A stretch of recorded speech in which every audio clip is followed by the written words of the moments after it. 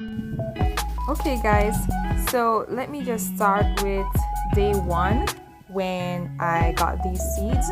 These seeds were dried and planted. I got these seeds from a watermelon that I've bought in the market, and I dried them and then I planted them.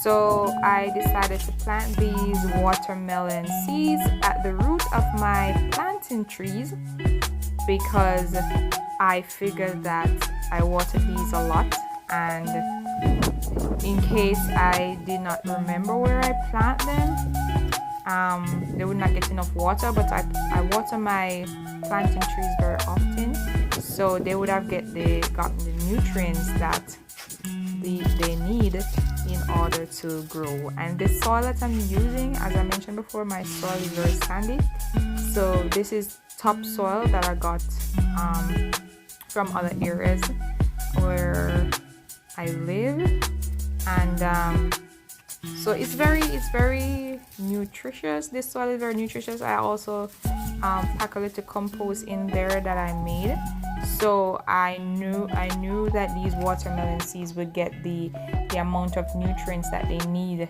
in order to grow.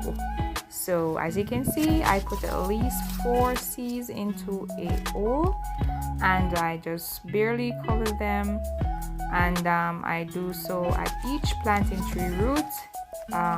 Each of them I put at least 3 holes there, so I'll be able to get more than one vine from it.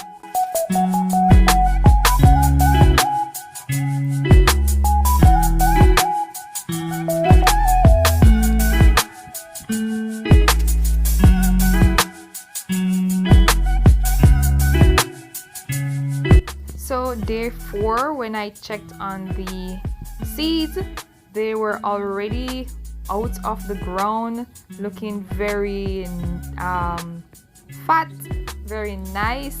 I was not expecting that at all.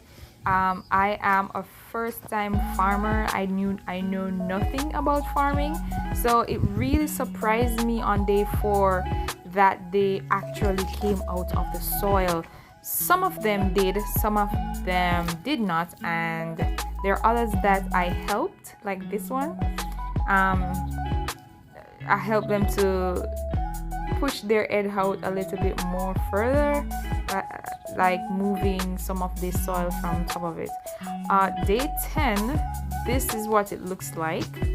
Day 17, I was not expecting such growth. But as I said, the soil is very packed with nutrients and compost, very nice compost that I made myself. Some of them, they were growing faster than the rest of them, which is no problem. And as I said, they look very flourishing. I was not expecting anything of it. So I transplanted them on day 24, and this is how they looked.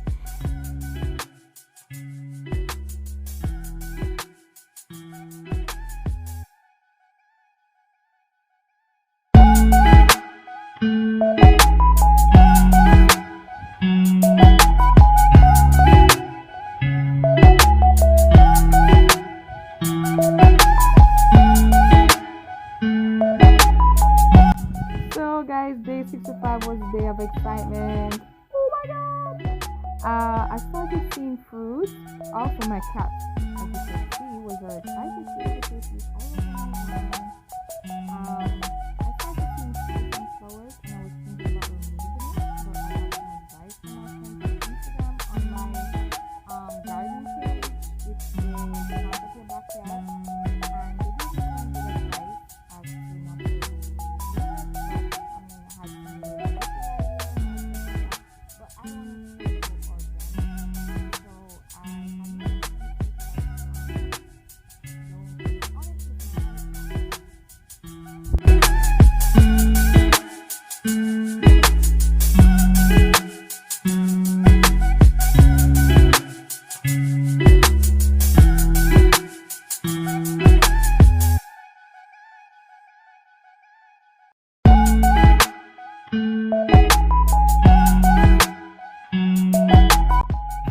Make sure to leave a comment in the comment section below, guys. What do you think? Should I have removed the fruit and the flower to encourage better growth? Because this first fruit, it did not last very long. It did dry up a couple of days after, and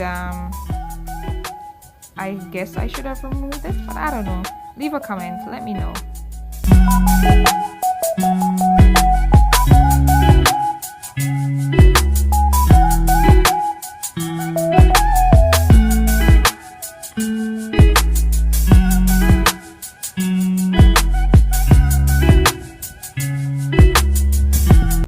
This was when my little friends came in to visit. The master worker, the pollinator, it was so beautiful. I had to video it. I went to the garden to do a little cleaning up, and I saw it and I had to video it. This it's a bee, and you know, these are the pollinators. These are the ones that make it possible for this vine to have fruits. And look at his little legs. They're carrying the pollen, and it's so beautiful. It's lovely. I'm so grateful that I got a chance to capture that. I'm so excited.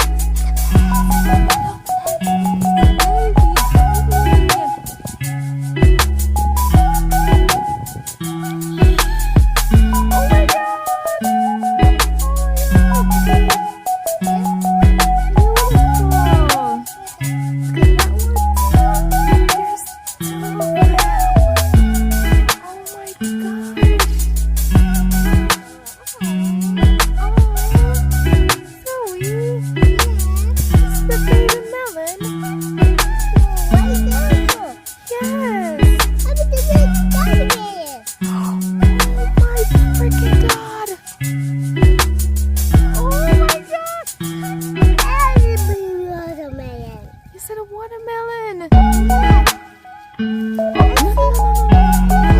Don't touch it, baby. There's 3 of them. Probably more, but I can't see them. So that is my journey so far with these watermelons, and I hope you guys are gonna keep following me to see how well they will turn out. And I have a strong feeling they'll be lovely, they'll be big and very sweet. You can follow me on Instagram at Plant Up Your Backyard or Simone's Skillful World to see daily updates. Bye.